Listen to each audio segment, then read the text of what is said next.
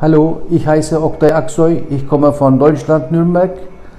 Ich habe seit 7 Jahren circa Schnarchenprobleme und seitdem habe ich eine Schlafmaske getragen und ich bin nicht mit zufrieden mit Schlafmaske und dann habe ich im Internet Herr Dr. Turul Sayıgı gefunden und dann habe ich ein Mundstück bekommen wegen Schnarchen und ich habe gleich den ersten Tag, das hat mir sehr geholfen.